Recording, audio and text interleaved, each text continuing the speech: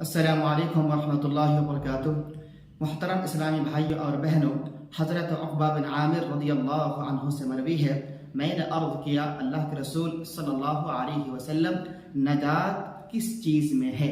تو آپ صلی اللہ علیہ وسلم نے فرمایا املک علیک لسانک ولیسعک بیتک وابکی علی خطیئتک، اپنی زبان کو قابو میں رکھو اور بلا ضرورت گھر سے باہر نہ نکلو اور اپنی خطاؤں پر خوب آنسو بہاؤ۔